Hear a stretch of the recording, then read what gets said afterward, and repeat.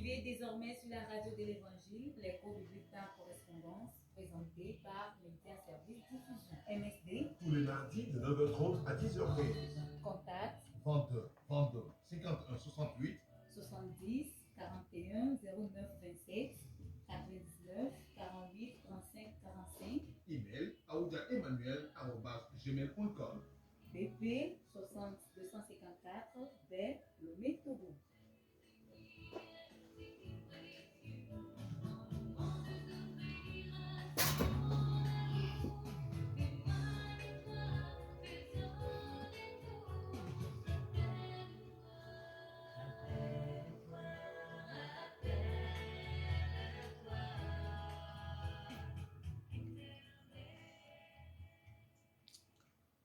Nous vous saluons tous dans le beau et précieux nom de notre Seigneur Jésus-Christ. Nous sommes à la radio JVA et nous sommes encore là pour vous apporter les merveilles de Dieu.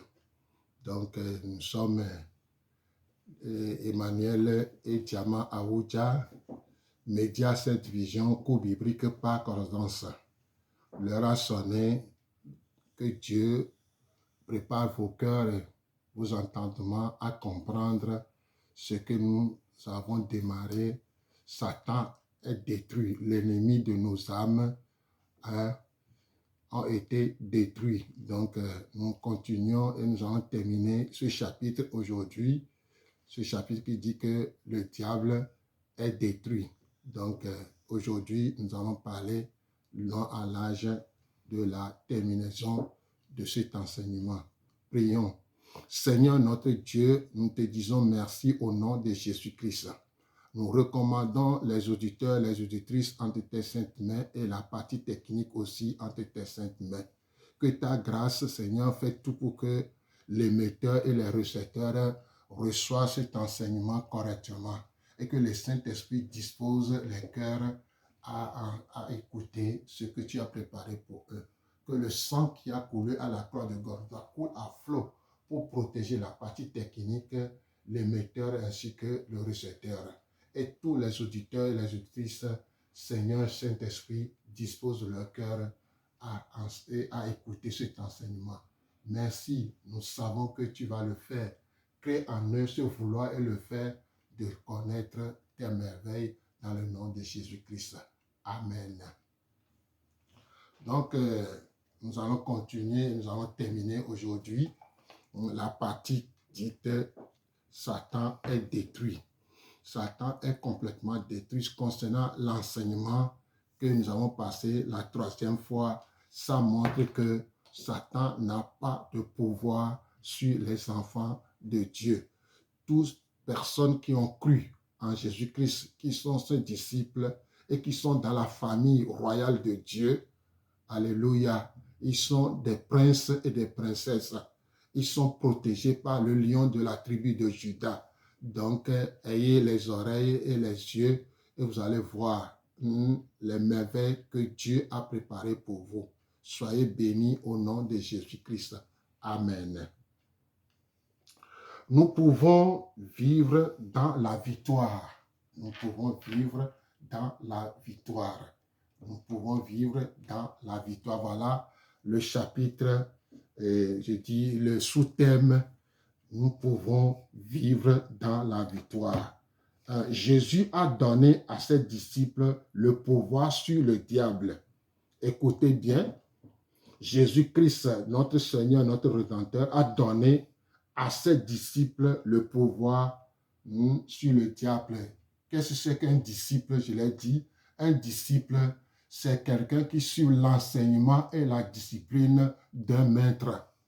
Et Jésus est notre maître. Il veut nous enseigner la discipline et l'enseignement. Donc, écoutez bien. Tout le pouvoir et l'autorité n'appartiennent pas seulement à Jésus, mais il a donné cette puissance à ses disciples à travers tous les siècles. Les 70 reviennent avec joie, disant, Seigneur, les démons même nous ont soumis en ton nom. Jésus leur dit, je voyais Satan tomber du ciel comme un éclair. Voici, je vous ai donné le pouvoir de marcher sur les serpents et les scorpions et sur toute la puissance de l'ennemi et rien ne pourra vous nuire. Luc chapitre 10, versets 17 à 19. Luc chapitre 10, 17 à 19. Voici les miracles qui accompagneront ceux qui auront cru. À mon nom, ils chasseront les démons.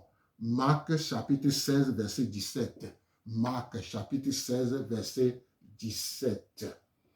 Soumettez-vous donc à Dieu, résistez au diable et il fuira loin de vous. Jacques chapitre 4, verset 7. Jacques chapitre 4, verset 7. Nous sommes des enfants dans la famille de Dieu.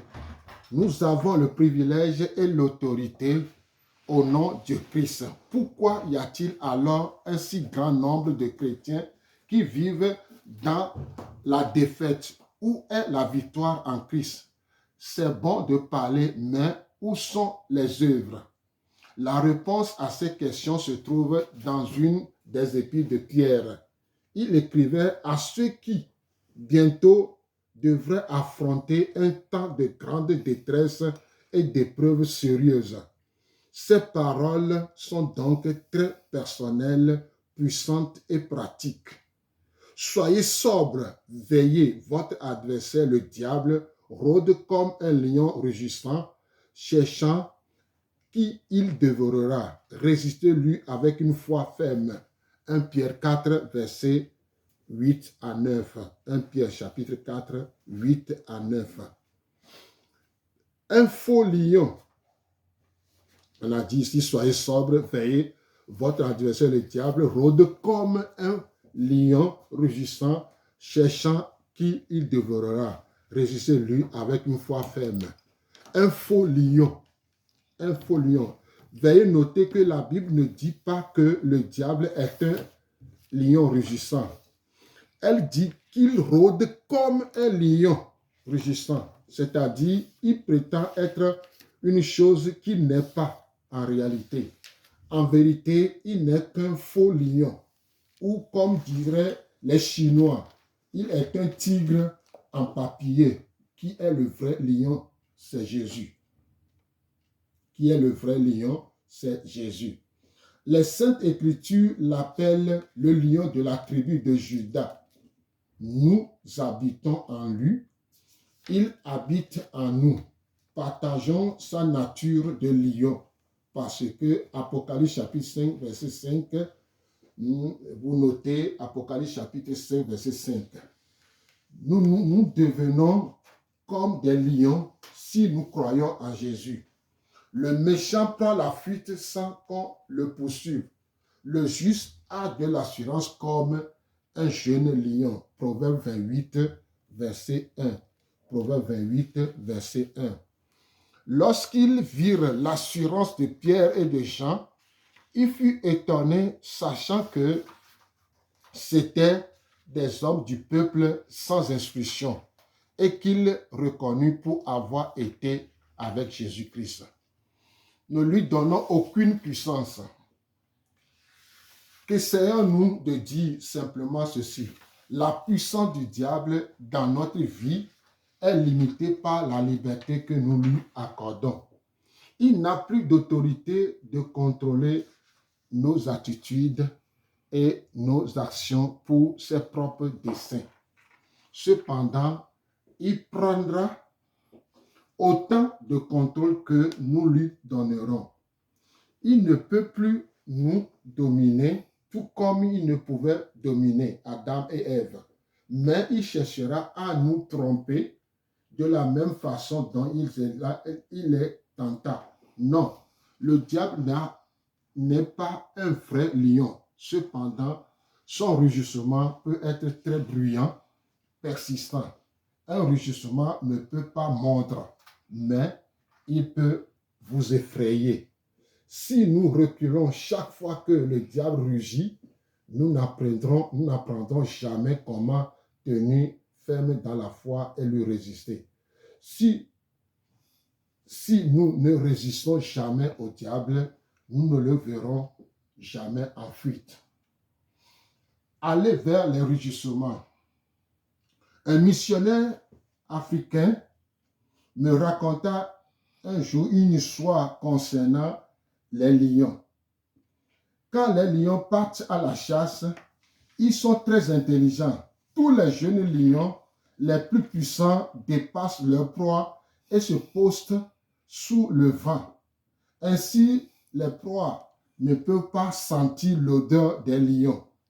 Les lions les plus âgés et plus faibles sont du côté du vent où leur rugissement et odeur effrayaient les animaux qui ensuite se précipiteront vers les jeunes lions.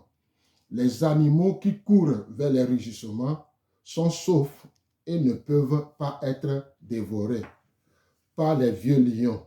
Les animaux qui se sauvent des rugissements par les vieux lions, les animaux tombent directement dans le piège des jeunes lions et ils sont blessés ou tués.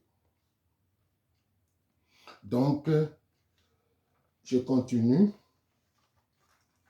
Voilà l'histoire que les jeunes lions et les vieux lions, donc voilà leur plan pour pouvoir attraper leur système, leur proie, ainsi de suite. C'est la même chose que Satan faisait souvent.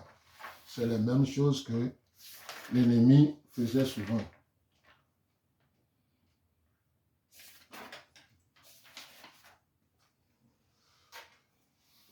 Aller vers les rugissements. C'est ça que je viens de dire. Donc voilà le plan des animaux.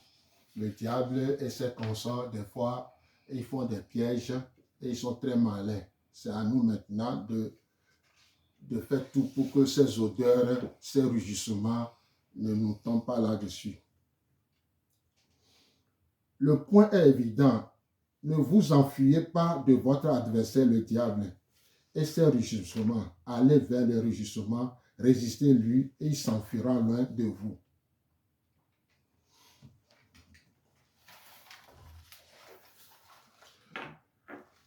Un moment.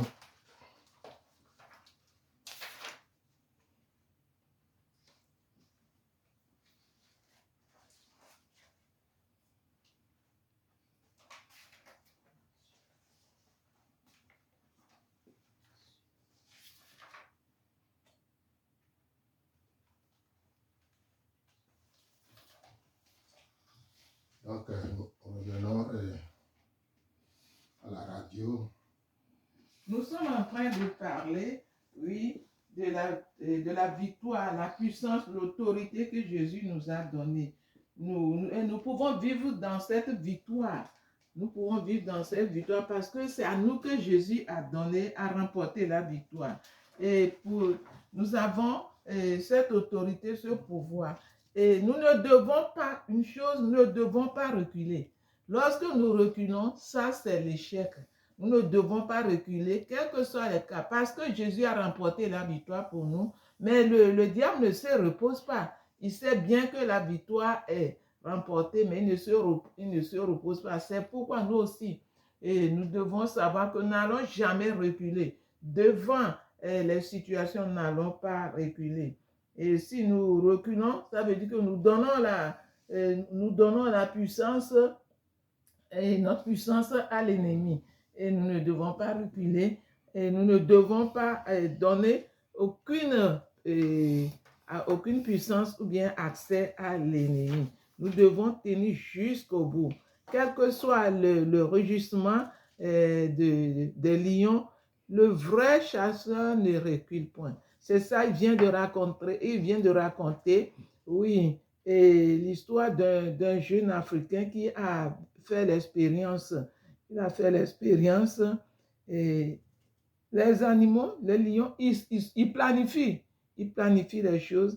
Et nous, en tant qu'enfants de Dieu, en tant que les disciples de Jésus, nous devons être plus sages et nous devons aussi prendre nos dispositions. Nous devons être aussi bien organisés afin que l'ennemi reste loin de nous. Amen.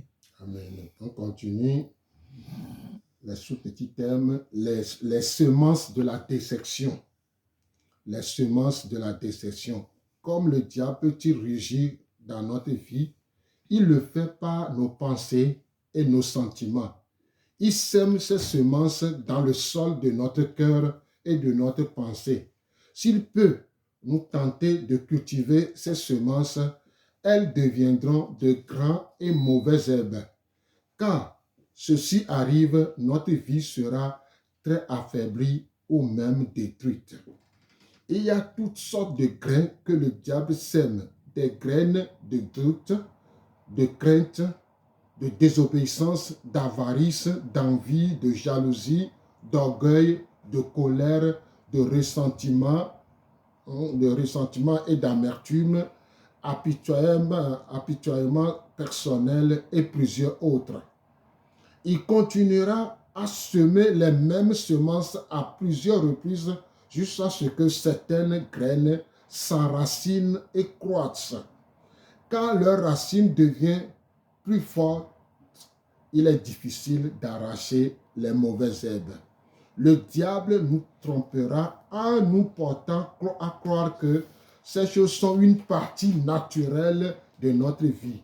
Nous acceptons cette idée même si nous devons en souffrir même. Si elle est blessée, s'il blesse ceux que nous aimons, quand nous faisons ceci, l'ennemi a pris le contrôle de cette partie de notre vie, même s'il n'a pas l'autorité de le faire. Oui, nous parlons de ces choses parce que ces choses sont dans nos émotions. Sont dans nos émotions, nos pensées. Si nous faisons cette erreur en acceptant ce que le diable sème dans nos pensées, sème dans nos cœurs, c'est ça même qui va nous ronger. Cela nous transporte même vers le diable. Parce que lorsque nous-mêmes sommes faibles, nous abandonnons déjà sans le savoir. Et le diable trouve la place pour bien danser dans nos pensées, dans nos cœurs et dans notre vie entière. Et c'est là notre destruction. Nous devons savoir que le diable n'a pas de force. Et il est rusé. C'est notre Dieu qui est fort. Le diable n'a pas de force, mais il est rusé et il tient une partie qui va nous affaiblir. Et c'est notre émotion. C'est pourquoi nous devons tout faire. Nous devons tout faire pour ne pas donner accès à nos sentiments négatifs. Ce sont nos sentiments négatifs. Nous devons tout faire pour ne pas laisser une porte à l'ennemi. Lorsque nous laissons l'ennemi prendre place dans notre émotion, c'est fini, la porte est ouverte. Et nous devons savoir ceci, que lorsque la porte est ouverte et que l'ennemi ou bien le diable trouve accès, on ne peut plus le contrôler. C'est ça, nous oublions. Il est quelqu'un qu'on ne le contrôle pas. C'est pourquoi, puisque tu ne peux pas le contrôler, pardon, puisque s'il trouve accès, tu ne peux pas le contrôler, le mieux, c'est de ne pas lui donner l'accès, ne pas ouvrir une porte pour que le diable puisse semer ses graines, puisque le diable puisse semer quelque chose ni dans ta pensée et ni dans ton cœur. Lorsque le diable arrive à semer quelque chose dans ta pensée, ça, il t'a gagné. Et cela va engendrer, multiplier beaucoup de choses qui peuvent te détruire tout de suite. Donc, nous devons faire attention. Et nous n'allons pas nous tromper pour croire que ce qui m'arrive, c'est naturel. Non. Ce que la Bible a dit, ne donnez pas accès au diable, c'est dans notre pensée d'abord. Nous devons vraiment prendre soin, protéger nos pensées pour que le diable n'amène pas ou bien ne sème rien dans nos pensées pour que cela puisse engendrer notre destruction. Merci beaucoup. Bon, on continue. Résister au diable.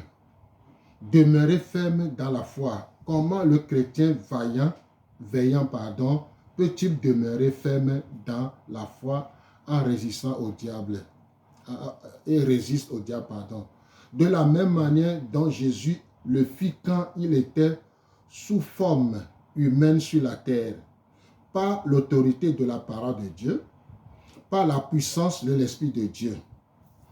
Nous savons maintenant que le diable n'a plus le pouvoir ou le droit de régner sur notre vie. Le sceptre est maintenant dans la main de Jésus, non dans celle de l'ennemi. Quand, dans l'esprit, nous déclarons notre confession de foi, Jésus est Seigneur, Satan doit fléchir ses genoux et baisser sa tête. Ce seront les puissants démoniaques qui trembleront dans le tourment quand nous les affronterons au nom puissant de Jésus-Christ. Amen. Déclarer la parole avec foi. Quand nous nous soumettons à l'autorité de la parole et de l'Esprit de Dieu, cette autorité nous est donnée. Nous pouvons ensuite parler avec autorité comme suit. À Dieu dans la prière, par la confession de notre bouche, au diable pour le réprimander. L'Esprit lui-même donne de la puissance à notre parole et l'ennemi s'enfuit, amenant avec lui ses mensonges, ses mauvaises pensées et ses mauvais sentiments. Nous nous soumettons à Dieu en remplissant nos pensées de sa parole et nos cœurs de prière. Pour chaque pensée négative, méchante ou unique que l'ennemi peut semer dans nos cœurs, il y a une bonne pensée positive et juste dans la parole de Dieu. La Bible dit que nous pouvons surmonter le mal par le bien. Romains chapitre 12, verset 21. Romains chapitre 12, verset 21, on ne va pas lire, vous notez. Chaque fois que le diable essaie de nous pousser dans une mauvaise direction, nous pouvons le repousser en arrière 2 fois plus fort avec la vérité et la puissance de la parole de Dieu.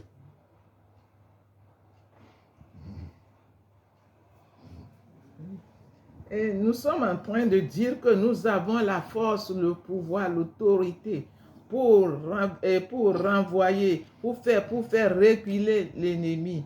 Oui, et ceci, c'est par notre déclaration, par la parole, avec foi. Lorsque nous déclarons, nous-mêmes, nous ouvrons notre bouche pour déclarer, tout notre corps, notre personne reçoit et accompagne notre déclaration. C'est une force, c'est une position prise pour vraiment résister à l'ennemi. Nous avons la prière qui est là. Et lorsque nous la confessons, nous proclamons des choses avec notre bouche, il y a la puissance de Dieu qui accompagne et cela renverse la puissance de l'ennemi, la puissance du diable. Nous avons cette autorité de réprimander, c'est ça, nous devons, il vient avec une puissance. Nous avons la double puissance, oui, pour le repousser, pour la renverser ses idées. Donc ça, c'est nous-mêmes. Nous avons notre part à faire. C'est d'être conscient de la situation et déclarer la parole avec foi et nous nous soumettons sous l'autorité de la parole de Dieu. Le Saint-Esprit est là. Lorsque nous les déclarons, ça, ce n'est pas une prière de supplication tout doucement, mais nous avons l'autorité, nous déclarons avec force, nous montrons à l'ennemi que nous sommes des victorieux, nous sommes forts plus que lui, parce que nous avons la double puissance que Jésus nous a léguée. Et nous devons suivre, devons le faire par la parole, la prière qui sort de notre bouche.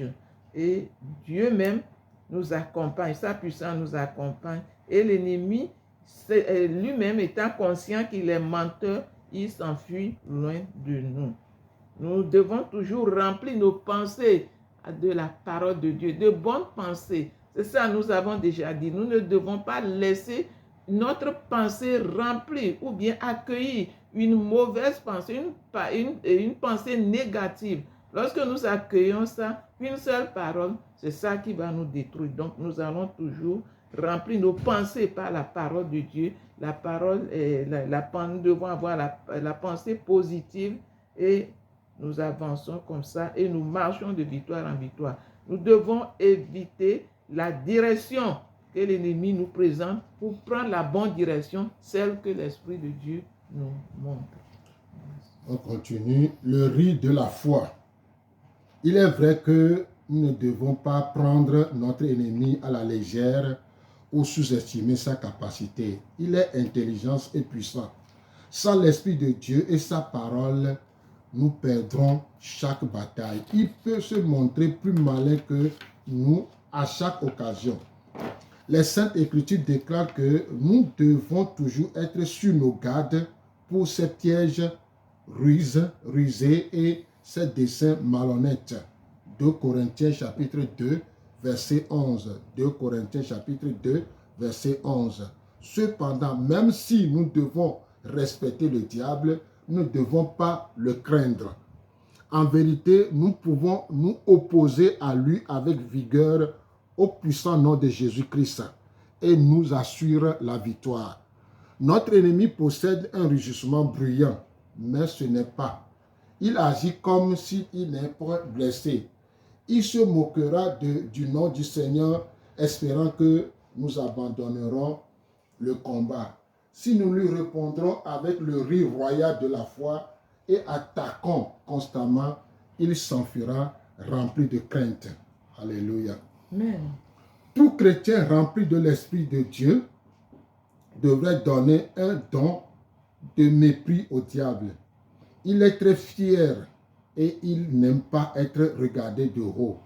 Quand nous sommes certains que nous appartenons à Dieu, quand nous connaissons notre vraie nature en Jésus-Christ, nous avons beaucoup d'autorité et l'ennemi est vraiment sourd. Je crois que Martin Luther arriva à un endroit dans la foi où il regarda le diable de cette manière. L'histoire nous dit qu'il se réveilla en plein milieu d'une nuit très noire. Il n'y avait même pas une chandelle dans la chambre. En se tournant sur son petit lit, il aperçut le diable debout dans un coin. Que ferez-vous si, en vous réveillant cette nuit, vous trouverez que Satan est venu vous visiter? Une fois, j'ai demandé cette question à un homme.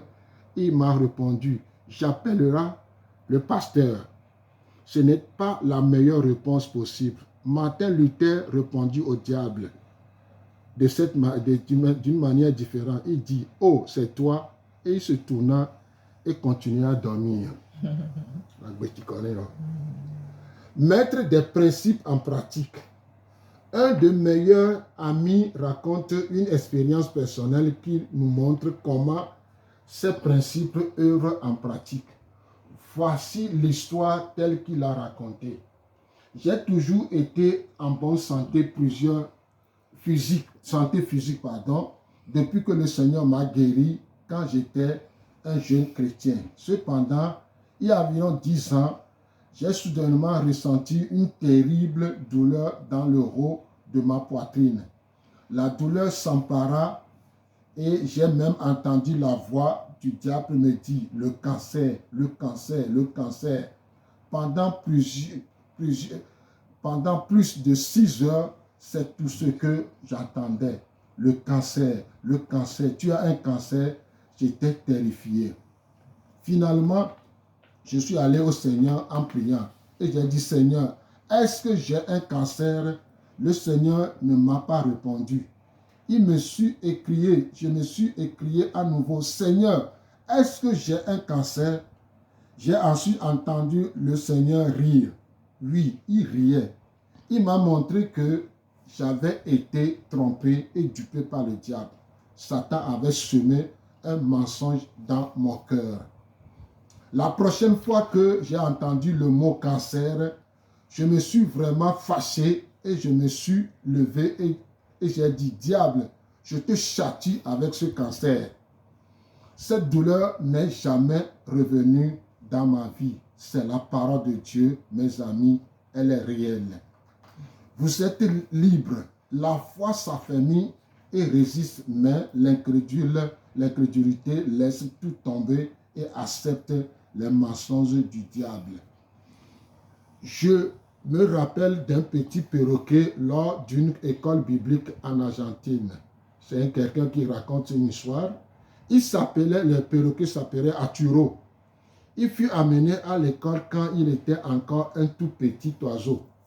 Il était attaché à son perchoir par une petite lanière de cuir à sa patte.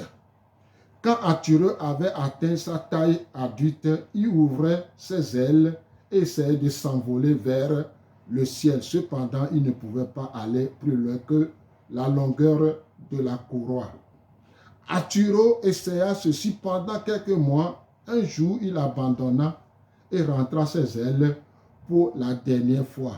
Il n'essayait jamais plus de s'envoler. Un jour, en coupant la courroie d'Arthureux, il était vraiment libre de s'envoler vers le ciel comme les autres oiseaux, mais on l'avait déçu si souvent qu'il refusa de croire et d'accepter sa liberté. C'est pourquoi la fin de cette histoire est plutôt triste. Si nous avions pu faire comprendre à cette cervelle d'oiseau qu'il était vraiment libre, il serait peut-être vivant aujourd'hui. Un concierge fâché le chassa un jour avec un gourdin pour une mauvaise chose qu'il avait faite, croyant encore qu'il ne pouvait pas s'envoler de son perchoir. Arthureux n'essayait pas de s'échapper et fut tué. La vérité de cette histoire est encore plus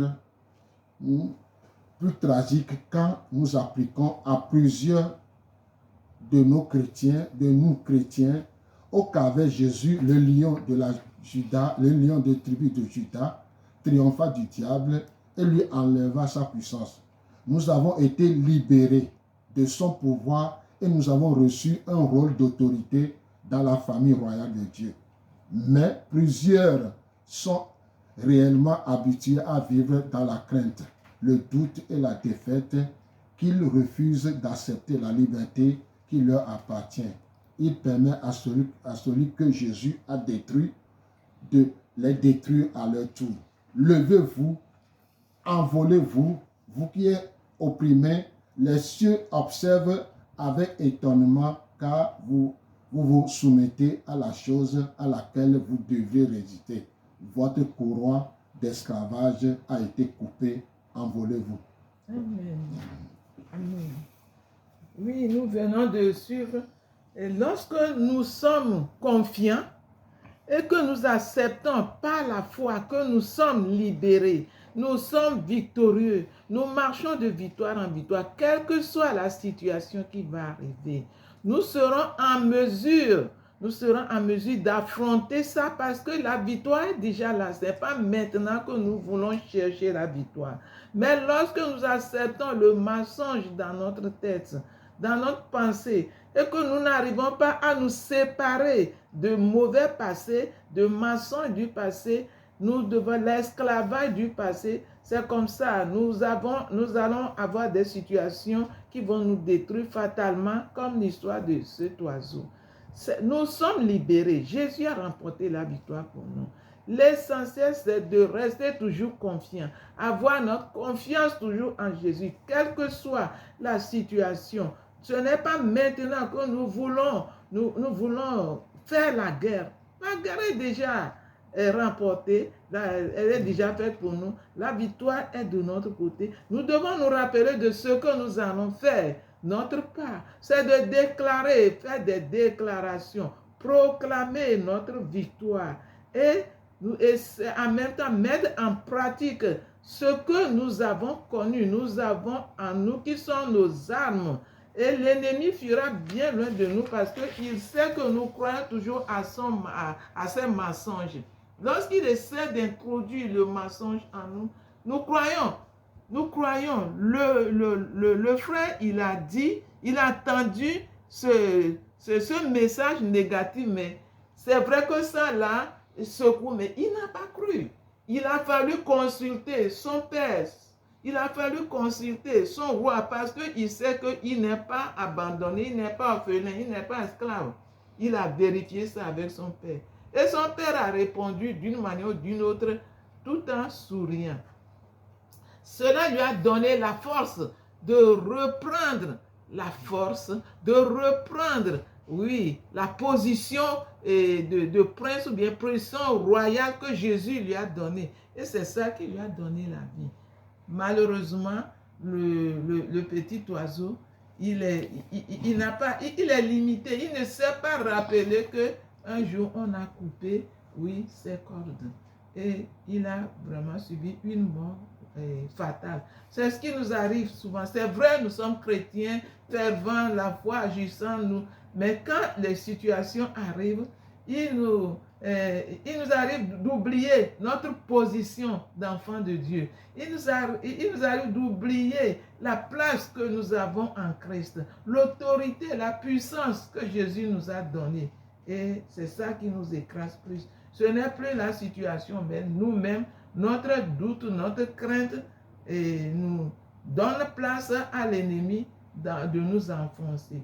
Donc, que Dieu nous aide vraiment à ce que, quelle que soit la situation, que nous restons toujours confiants, nous demeurons toujours forts et que nous sachions que nous avons une position bien élevée. Nous sommes dans la maison du roi des rois. Nous sommes des vainqueurs. Nous sommes des fils. Nous ne sommes pas des esclaves.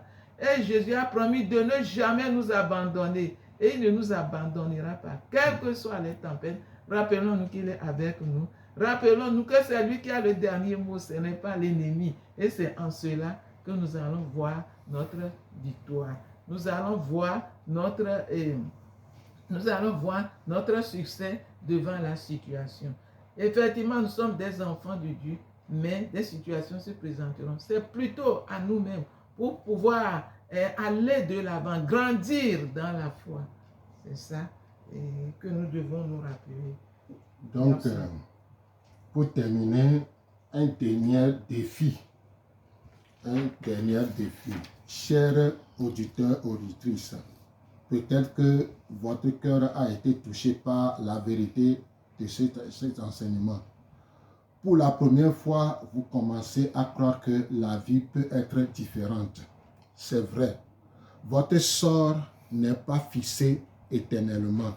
Les choses peuvent être changées et vous pouvez participer à ce changement. Vous n'avez pas besoin de capituler ou d'accepter les mensonges du diable. Vous avez en Jésus-Christ la puissance et l'autorité de résister à ces attaques sur votre cœur et votre esprit. Vous êtes un fils ou une fille dans la famille de Dieu. Le Seigneur vous aime et désire que vous preniez le sceptre dans votre main et que vous confessiez la liberté qui vous appartient. Vous n'avez plus besoin de reculer dans la crainte ou de courber votre tête dans la honte. Jésus est venu vous libérer et celui que le Fils a franchi est vraiment libre. Amen. Les démons le croient aussi et ils tremblent. Jacques chapitre 2, verset 19. Jacques chapitre 2, verset 19. Ce sont les puissants démoniaques qui tremblent quand vous vous tenez ferme et confessez l'autorité de Jésus.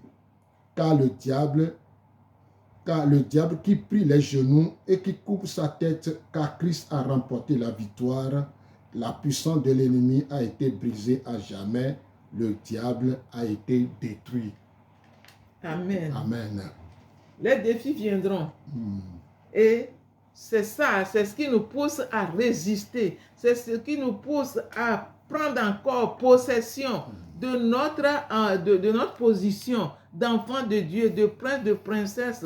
Oui, c'est ça qui nous conduit à nous approcher plus de Dieu. C'est ça qui nous incite à prendre possession de notre position, notre place et à être plus fort dans nos déclarations et à proclamer chaque jour notre position d'enfant de Dieu.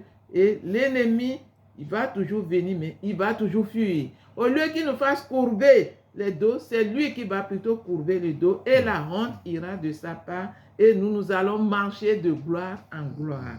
Donc nous sommes en train de parler de la puissance, l'autorité que Jésus nous a donnée en tant qu'enfants de Dieu. Et nous devons continuer par résister, faire reculer le diable et non nous reculer.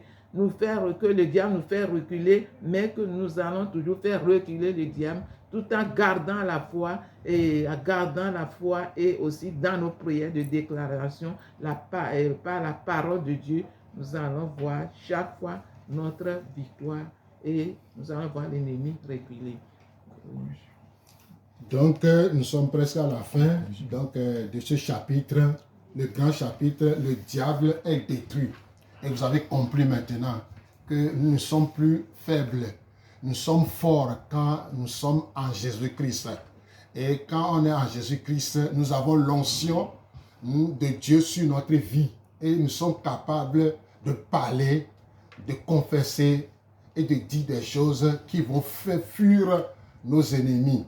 Les mensonges qu'ils nous amènent, les blessures que nous avons reçues de gauche à droite, et que le diable se tient sur ces blessures, ces mensonges, pour nuire à notre santé spirituelle. Vous avez compris maintenant. Levez-vous et s'envolez. Levez-vous maintenant et s'envolez. Vous avez tout maintenant. Et prochainement, on va parler aussi d'autres thèmes, un autre thème que les démons sont impuissants à la prochaine. Donc la semaine prochaine, on va parler un peu de l'âge en éveil pour que les gens des éveils aussi puissent avoir une idée là-dessus. Donc soyez bénis. Donc je laisse. Oui, nous devons toujours résister, faire reculer le diable et non nous laisser le diable nous faire reculer, mais nous allons toujours faire reculer le diable par notre autorité, notre puissance, nos déclarations dans la prière, la confession, et nous allons voir que nous allons marcher toujours de victoire en victoire et que Dieu nous aide vraiment à connaître cette position élevée que Dieu nous a donnée en tant qu'enfant de Dieu. Donc que Dieu nous bénisse.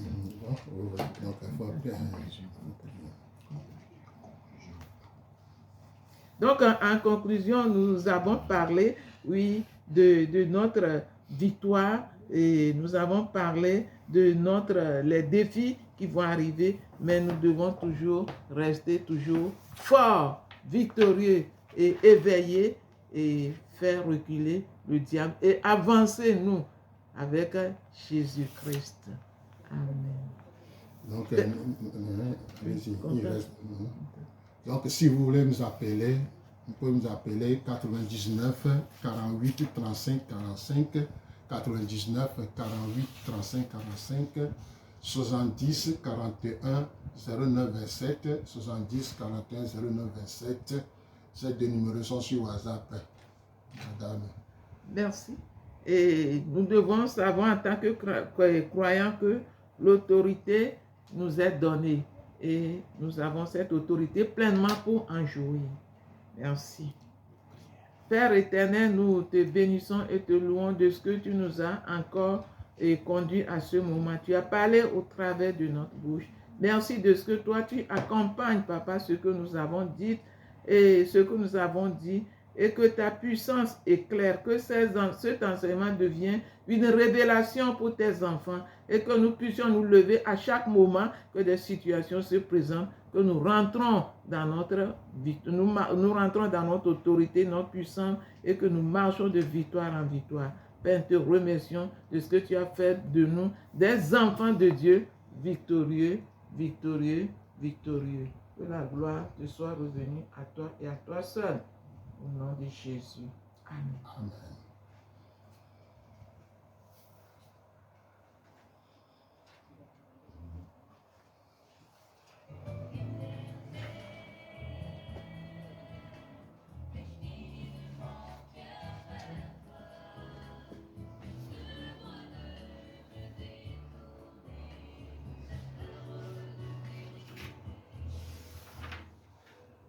C'était votre émission Les cours bibliques par correspondance, présentée par Média Service Diffusion.